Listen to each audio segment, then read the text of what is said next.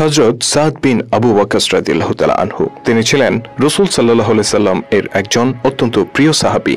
আশারায়ে মুবাশশারা তথা জীবিত অবস্থায় রাসূলের কাছে জান্নাতের সুসংবাদপ্রাপ্ত 10 জন সাহাবীর একজন ছিলেন সাদ রাদিয়াল্লাহু তাআলা আনহু।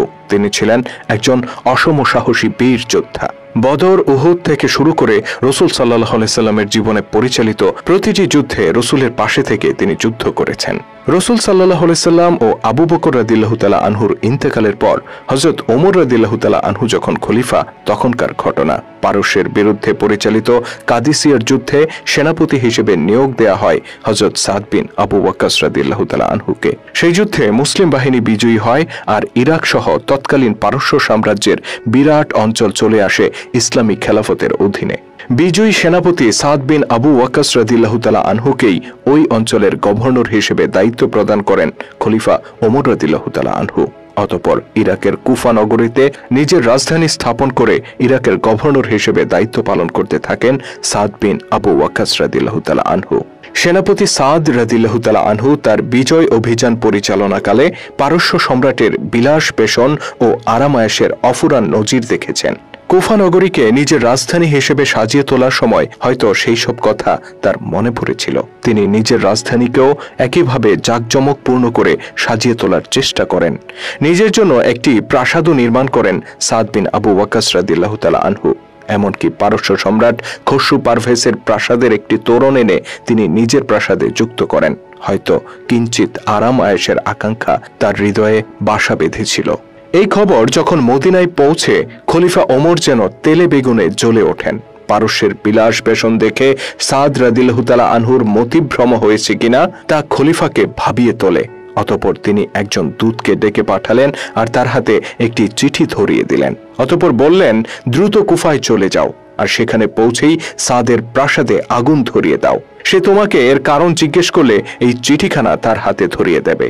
দূত ছুটে চললেন কুফা অভিমুখে। সেখানে গিয়েই তিনি খলিফা ওমরের নির্দেশ বাস্তবায়ন করলেন। সাদ বিন আবু ওয়াক্কাস রাদিয়াল্লাহু তাআলা আনহু এই কাণ্ড দেখে স্তম্ভিত হয়ে গেলেন। মদিনার দূতকে তিনি এর কারণ জিজ্ঞেস করলেন। দূত তার হাতে খলিফার চিঠিটি ধরিয়ে দিলেন। অতঃপর সেই চিঠি খুলে পড়তে লাগলেন সাদ বিন আবু ওয়াক্কাস। খলিফা লিখেছেন, শুনতে পেলাম নিজের আরাম আয়েশের জন্য খসরুর প্রাসাদের মতো তুমিও এক প্রাসাদ গড়েছ। শুনেছি খসরুর প্রাসাদের একটি কপাটও নিজের প্রাসাদে এনে লাগিয়েছ।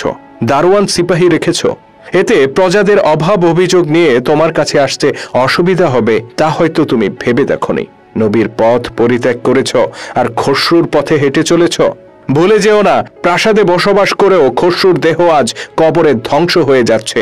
আর সামান্য কুটিরে বসবাস করেও নবী আজ জান্নাতের সর্বোচ্চ মাকামে আসীন হয়েছেন। আমার দূতকে তোমার প্রাসাদ পুড়িয়ে দিতে বলেছি। বাস করার জন্য একটা কুটির আর একটা খাজাঞ্চি যথেষ্ট।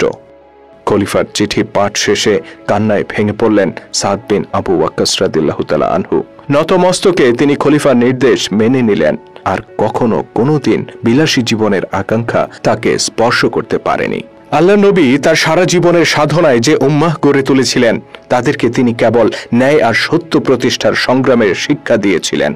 দুনিয়ার সম্রাট মহাসম্রাটদের মতো বিলাসিতার শিক্ষা তিনি দিয়ে যাননি। তিনি নিজে ছেঁড়া কাপড় পরেছেন কিন্তু পরের অধিকারের ব্যাপারে সচেতন থেকেছেন। নিজে অনাহারে থেকেছেন কিন্তু অনাহারী মানুষের মুখে খাবার তুলে দেওয়ার জন্য আজীবন সংগ্রাম করেছেন। তিনি জানতেন এই উম্মার হাতে আল্লাহ তাআলা একদিন সারা দুনিয়ার শাসন ক্ষমতা তুলে দেবেন।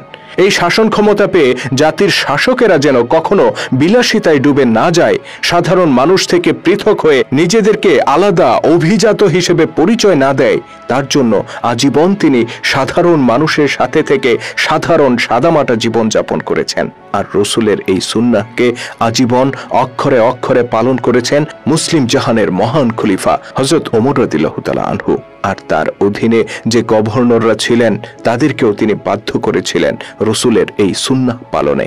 আজকে গোটা মুসলিম বিশ্বে যে অবক্ষয় চলছে তা থেকে উত্তরণের জন্য দরকার খলিফা ওমরের ন্যায় একজন মহান শাসক। আল্লাহ তাআলা আমাদেরকে তেমনই একজন মহান নেতার নেতৃত্বে ঐক্যবদ্ধ হওয়ার তৌফিক দান করুন। আমিন।